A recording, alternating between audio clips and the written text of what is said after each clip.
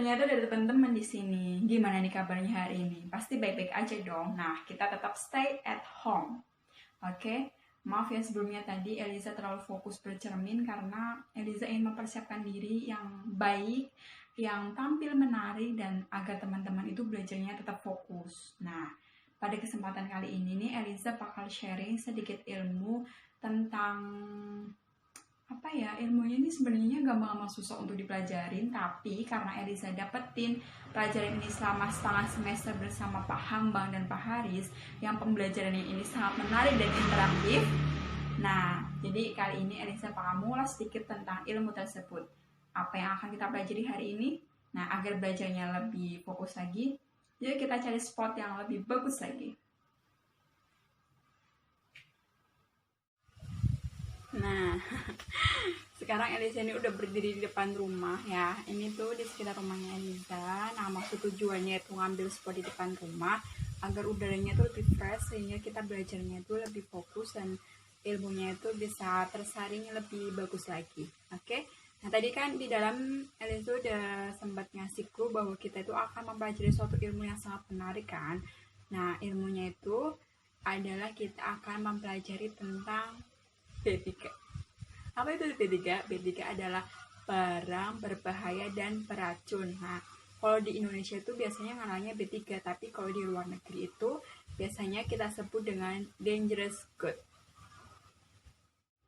Nah, sebelum kita mempelajari lebih dalam apa itu dangerous good, nah sebaiknya teman-teman simak dulu gambar yang akan Eliza tampilkan agar teman-teman punya gambaran awal tentang dangerous good. Oke? Check it out.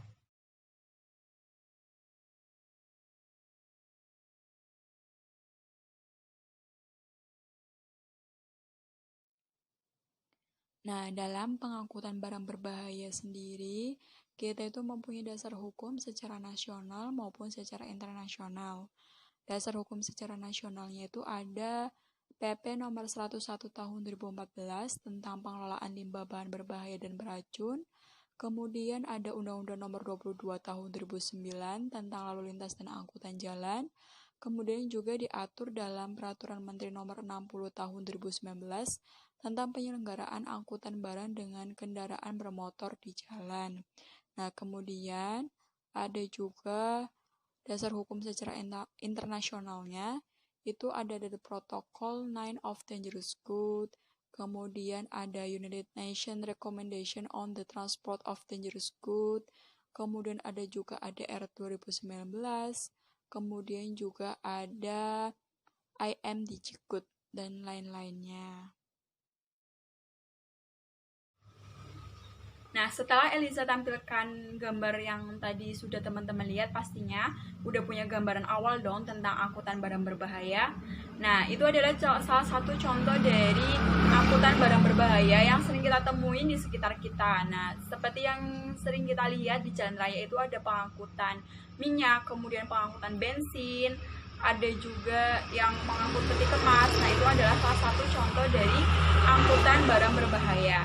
Nah, setelah ini teman-teman silakan simak videonya sampai habis karena kita akan mengupas tentang barang berbahaya dari mulai penanganannya, kemudian packingnya, kemudian simbol dari barang berbahaya akan kita bahas pada kesempatan kali ini.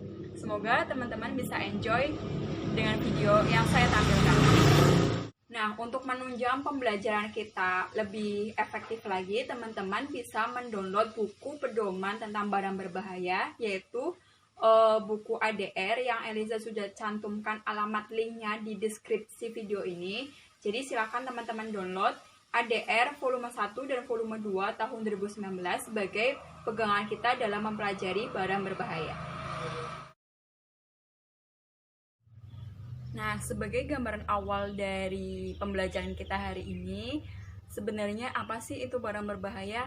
Nah, sesuai dengan pengertian dari PBB bahwa barang berbahaya adalah barang-barang yang dapat membahayakan kesehatan, keselamatan, lingkungan, dan properti yang namanya tercantum di dalam list of dangerous goods, atau jika tidak tercantum, maka masuk ke dalam salah satu dari 9 kelas barang berbahaya. Nah, untuk lebih fokusnya lagi teman-teman, silakan buka buku ADR-nya karena pada pembelajaran tentang barang berbahaya, kita akan menggunakan pedoman pada buku ADR. Silakan teman-teman buka dulu ADR-nya. Nah, sekarang tugas teman-teman adalah buka buku ADR yang teman-teman udah download. Itu silakan dibuka ADR-nya yang volume 1 yang sudah saya tampilkan di desktop. Itu ada struktur ADR. Nah, struktur ADR ini terbagi menjadi 9 bab dari part 1 sampai part 9. Nah, teman-teman bisa baca yang tulisan yang sudah saya blok warna kuning tersebut.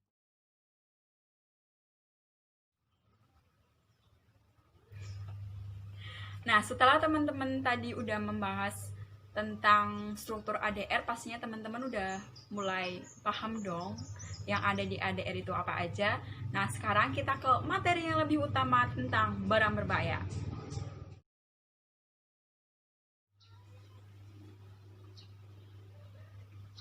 Nah, sekarang teman-teman udah paham dong apa aja sih kelas-kelas yang ada pada barang berbahaya. Nah, agar lebih fokus, kita akan kupas satu persatu dari kelas barang berbahaya yang sudah Eliza sebutkan tadi. Oke, let's go now. Nah, sekarang yang pertama kita akan membahas tentang eksplosif. Nah, eksplosif itu kalau di Indonesia kita biasa mengenal dengan bahan peledak. Nah, teman-teman bisa lihat gambarnya. Nah, ini contoh dari gambar bahan peledak. Nah, sekarang teman-teman silakan buka buku ADR-nya yang chapter 2.2 itu ada pembahasan kelas 1 mengenai eksplosif. Nah, eksplosif atau bahan peledak itu apa sih? Eksplosif atau bahan peledak adalah bahan atau zat yang dapat meledak apabila terkena api atau panas. Nah, kelas 1 ini dibagi menjadi 6 divisi, teman-teman. Nah, contoh dari bahan peledak kelas 1 itu yang biasa kita temui itu ada petasan, kemudian ada kembang api.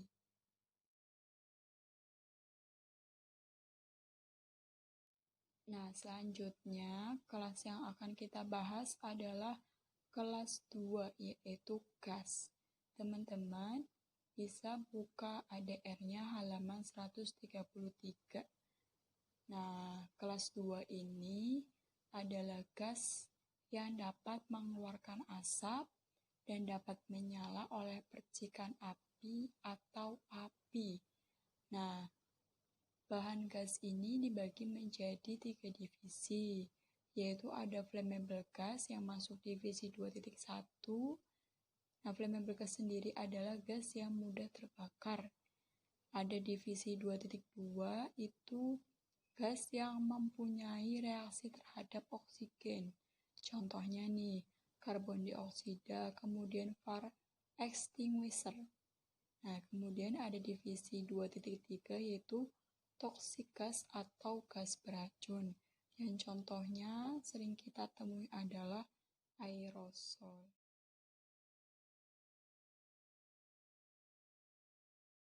Simbol dari kelas 3.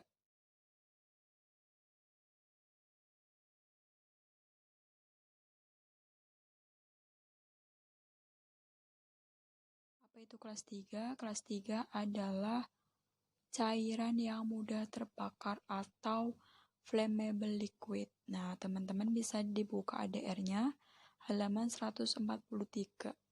Nah, ketika kita membahas tentang flammable liquid, maka kita akan membahas tentang boiling point dan flash point. Nah, apa itu boiling point dan flash point? Setelah pembahasan tentang kelas-kelas barang berbahaya, kita akan membahas tentang flash point dan boiling point untuk kelas 3 ini. Nah, untuk kelas 3 itu tidak mempunyai divisi ya. Untuk contoh dari kelas 3 ada cat dan ada juga alkohol.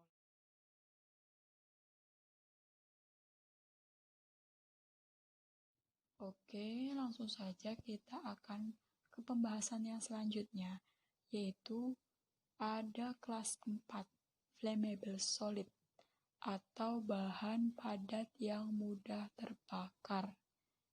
Nah, kelas 4 ini dapat menimbulkan api melalui gesekan. kelas 4 ini dibagi menjadi 3 divisi. Ada divisi 4.1 yang teman-teman buka halaman 148 itu, yang sudah ada di screen itu adalah flammable solid atau zat yang mudah terbakar. Itu contohnya seperti korek api. Nah, kemudian selanjutnya ada divisi 4.2, yaitu spontaneous combustible, atau zat yang kalau bereaksi dengan udara itu dapat terbakar dengan sendirinya. Nah, contohnya itu ada fosfor. Untuk divisi 4.3 ada dangerous when wet. Nah, divisi 4.3 ini bahayanya apabila basah. Zat ini akan mudah terbakar atau mengeluarkan gas apabila bercampur dengan air. Nah, contoh dari divisi 4.3 sendiri adalah kalsium karbid. Nah, gimana pembelajarannya? Seru kan? Nah, tadi teman-teman itu baru aja bahas kelas 1 sampai kelas 4. Sedangkan kelas yang ada pada barang berbahaya adalah kelas 1 sampai kelas 9. Jadi teman-teman masih punya PR untuk belajar dari kelas 5 sampai kelas 9. Oke? Tetap semangat. Oke, masih semangat ya. Selanjutnya kita bahas tentang kelas 5. Nah, kelas 5 ini teman-teman buka di buku ADR halaman 165. Nah, kelas 5 ini kita akan membahas tentang oxidizing substance and organic peroxide. Nah, kelas 5 ini adalah zat yang beroksidasi dan zat organik terpencar. Nah, kelas 5 ini mempunyai 2 divisi. Yang pertama ada divisi 5.1 yaitu oxidizing substance. Nah, zat-zat yang mudah menghasilkan oksigen. Zat ini membantu timbulnya pembakaran atau api dengan mudah. Nah, contoh dari divisi 5.1 itu ada kalsium klorat. Oke. Kemudian yang kedua itu ada divisi 5.2 tentang organic peroxide. Nah, zat padat atau cair yang mudah terbakar dan dapat menimbulkan api apabila terjadi gesekan atau pengisapan uap lembab atau reaksi.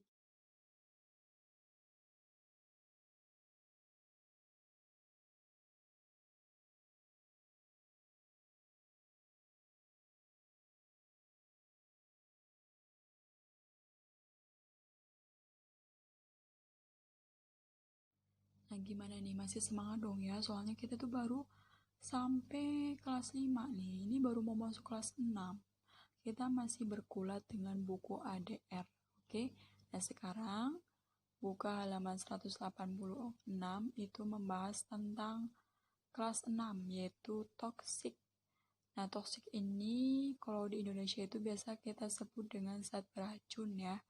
Beracun dan menular. Nah, teman-teman ini toksik itu mempunyai 2 divisi, yaitu yang pertama ada divisi 6.1 yaitu toxic substance, yaitu zat yang menyebabkan kematian apabila dihirup, ditelan, atau juga jika terkena kulit itu bisa membahayakan kesehatan. Nah, contohnya ini seperti pestisida. Oke, kemudian lanjut kita ada divisi 6.2 tentang infection substance. Nah, infection substance ini zat yang mengundang mikroorganisme hidup termasuk seperti bakteri, virus, jamur yang dapat menyebabkan penyakit pada manusia atau hewan. Contohnya itu seperti hepatitis, rabies, atau HIV. Nah, itu adalah kelas dari toksik kelas 6 ya, divisinya. Oke, kita lanjut ke materi yang selanjutnya tentang kelas 3 ya. Harap bersabar mendengarkan suara saya dan tampilan screen yang isinya bahasa Inggris. Sekarang kita akan membahas tentang kelas 7 ini ya. Kelas 7 ini ada tentang radioaktif. Nah, radioaktif itu apa?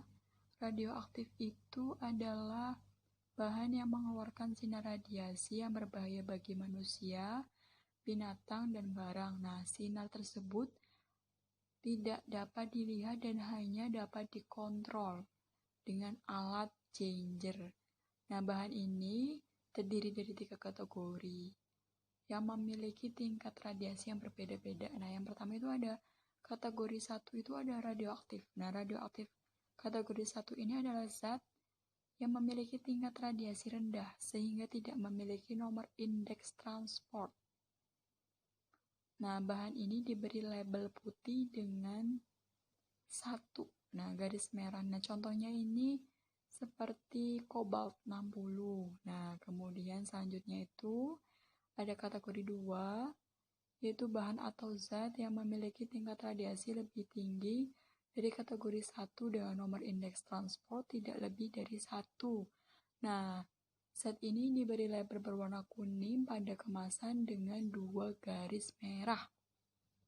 Kemudian yang terakhir itu ada kategori 3. Nah, kategori 3 ini adalah zat yang memiliki tingkat radiasi lebih tinggi daripada kategori 2 dan memiliki indeks transport 1,0 dan tidak melebihi 10 per kemasan. Nah, zat ini diberi label kuning dengan 3 garis merah.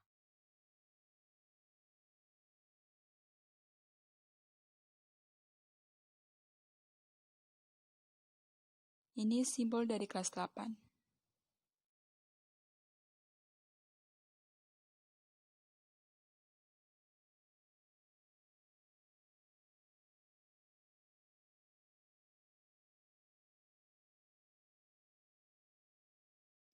Nah, teman-teman, sekarang bisa lihat di layar itu sudah saya tampilkan ADR yang mengenai kelas 8, yaitu bahan yang bersifat korosif atau biasa kita sebut dengan bahan yang dapat menimbulkan karat.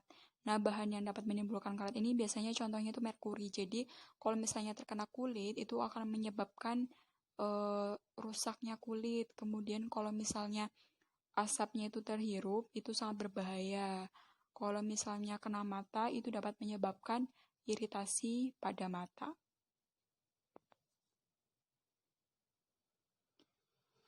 Nah, silakan teman-teman pelajarin sendiri tentang kelas 8 yaitu korosif.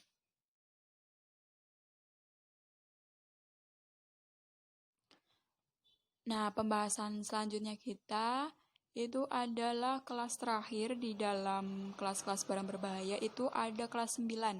Nah, kelas 9 ini adalah barang atau benda-benda lainnya yang dianggap dapat membahayakan namun tidak termasuk dalam 8 kelas yang sudah tadi dijelaskan. Nah, barang berbahaya lainnya itu dapat dibagi menjadi 4 bagian. Ada kelas 9 seperti engine internal combustion, kemudian ada juga polymeric beads. Nah, kemudian yang ketiga ada karbon dioksida atau dry ice. Kemudian di kelas 9-nya juga ada bahan yang mengandung magnet. Nah, bila diukur dengan jarak 4,6 meter dapat menimbulkan efek.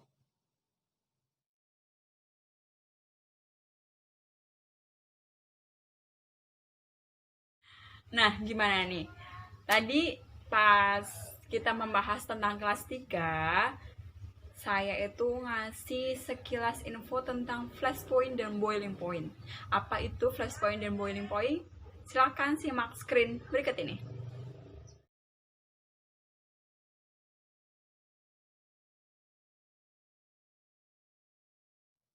Nah, di layar teman-teman itu ada kelas 3, itu ada packing group 1, 2, 3. Jadi, packing group itu penetapannya itu berdasarkan tingkat bahayanya. Jadi, kalau misalnya packing group 1 itu, berarti dia itu tingkat bahayanya itu tinggi atau high danger.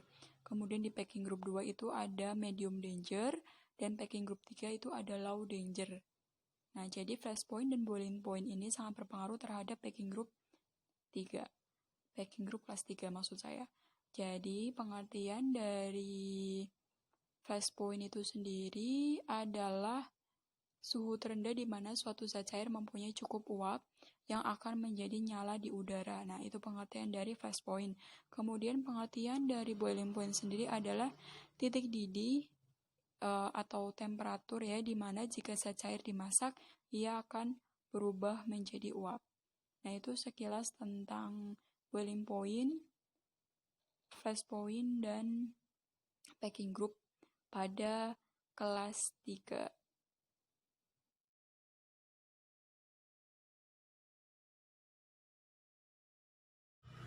Nah, dalam transportasi barang berbahaya, kita mengenal istilah packing, marking, dan packaging.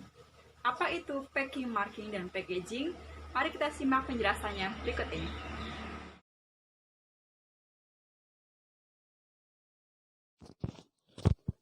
Oke, sekarang teman-teman bisa lihat di layar, itu sudah saya tampilkan mengenai packaging ya. Jadi teman-teman, kalau misalnya mau buka sendiri, itu ada di ADR volume 1 tahun 2019 di halaman 664 3.5.2 mengenai packaging. Oke, nah akan saya kasih tahu apa sih pengertian dari packaging. Nah, packaging itu adalah komponen atau bahan lainnya yang diperlukan untuk membentuk suatu kemasan atau paket sesuai dengan persyaratan minimum pengemasan berdasarkan peraturan yang terkait. Oke, nah kemudian yang hampir sama ini adalah packing. Nah, teman-teman, biar tahu packing itu apa, biar saya jelasin. Jadi, packing adalah suatu cara pelaksanaan pengemasan terhadap bahan atau zat yang dibungkus atau dikemas dalam suatu kemasan paket yang dijamin akan keamanannya. Oke, selanjutnya mengenai marking. Nah, teman-teman bisa buka di ADR-nya, di atasnya tuh ada di halaman 660, itu ada pembahasan tentang marking. Nah, marking ini meliputi UN dan PSN. Jadi kalau teman-teman lihat barang berbahaya itu ada yang namanya PSN atau Proper Shipping Name. Nah, Proper Shipping Name itu adalah nama barang berbahaya yang digunakan untuk mengirim barang berbahaya. Nah, PSN ini sudah ditulis dalam daftar barang berbahaya pada UNRTDG ya. Jadi ini itu memang sudah ketetapan umum.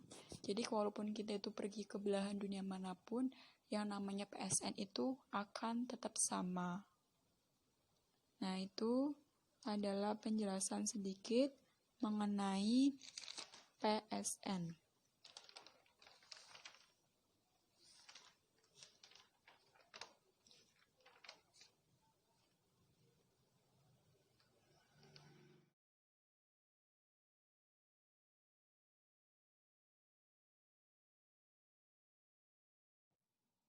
Nah, ada pertimbangan lain bagi beberapa barang berbahaya, khususnya dengan mencantumkan keterangan tambahan ya. Jadi, keterangannya harus ditambahkan tergantung pada bahaya, komposisi, keadaan barang, dan keadaan barang berbahaya dan mode transportasi yang digunakan. Itu dalam menentukan UN number dan provinsi shipping name.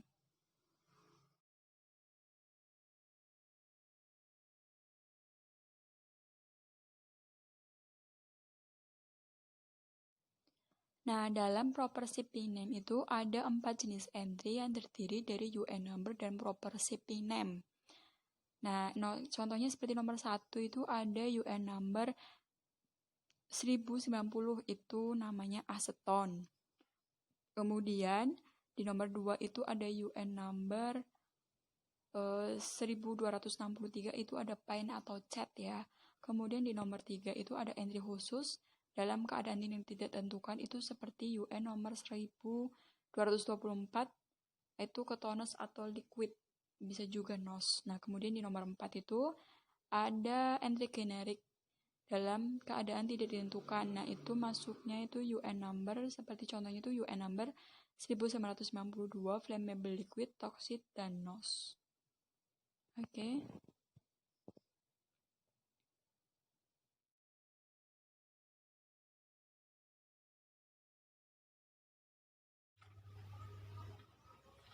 Gimana nih belajar tentang transportasi barang berbahaya? Menarik bukan? Nah, teman-teman bisa belajar lebih banyak lagi tentang transportasi barang berbahaya melalui buku ADR yang udah Eliza bagi di volume 1 dan volume 2 tahun 2019. Oke?